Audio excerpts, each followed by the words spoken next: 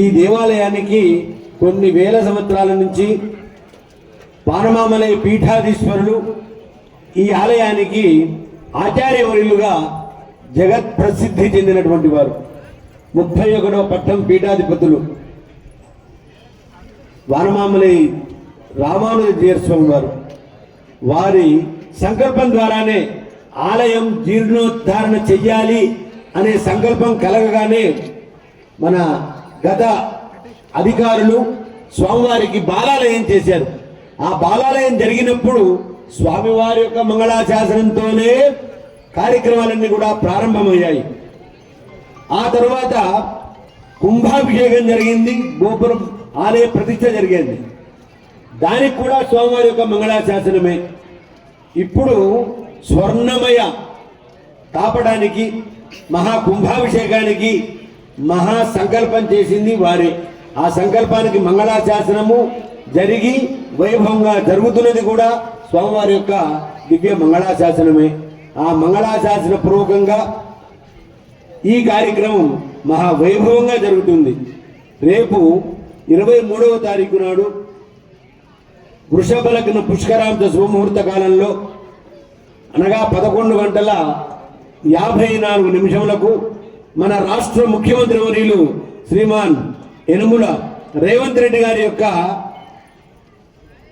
పర్యవేక్షణలో స్వామివారి యొక్క మంగళాశాసనంతో ఈ స్వర్ణమయ గోపురం యావత్ భక్త ప్రపంచానికి కూడా అంకితం చేయబడుతుంది. మనము ఈ కైంకర్యంలో పాల్గొనడం, సేవించడం మన యొక్క పూర్వజన్మ భాగ్య విశేషం. అపురూపంగా జరిగేటువంటి మహా కార్యక్రమం ఈ దేవాలయం ఆచంద్ర తారార్కం. ఎప్పటికీ కూడా వానమామలై పీఠాధీశ్వరులే మంగళాశాసనకర్తలుగా స్వామివారు అనుమతించి ఉన్నారు. భాగవతోత్తములందరి యొక్క చిరు కోరిక కూడా అదే. వారి మంగళాశాసనమే ఈ ప్రపంచ సౌభాగ్యంగా మేము భావిస్తున్నాం. స్వస్తి.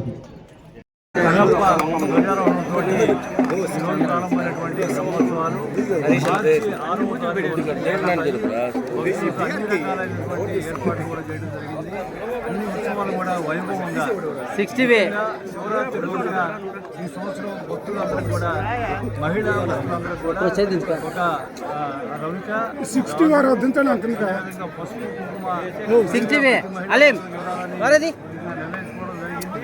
ఉచితంగా వచ్చిన ప్రతి భక్తులు కూడా ఉచితంగా ఒక లాంటి ఈ రోజు నుంచే ప్రారంభించాము. బ్రహ్మోత్సవాలు కంప్లీట్ అయ్యే వరకు కూడా అదేవిధంగా జరుగుతుంది. శివరాత్రి ప్రతి ఒక్కరికి వాటర్ బాటిల్స్ కాకుండా అందరికీ వాటర్ బాటిల్స్, అదేవిధంగా బటర్ మిల్క్, బిస్కెట్స్ అన్ని రకాల ఏర్పాట్లు కూడా పూర్తి స్థాయిలో చేయడం జరిగింది. అదేవిధంగా ఈ సంవత్సరం 50 రూపాయల టికెట్ క్యాన్సిల్ చేశాం. కంప్లీట్గా ఉచిత దర్శనము 200 టికెట్ అండ్ 500 టికెట్, ఆ 3 మాత్రమే ఉంటాయి. టికెట్ కూడా అన్ని ఏర్పాట్లు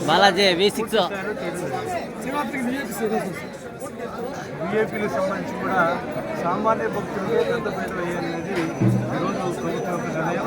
విఐపీలకు కూడా స్లాట్లు పెట్టాము. స్లాట్ వేయడంలో విఐపీ వచ్చినప్పుడు వాళ్ళకు కూడా మంచిగా జరిగింది.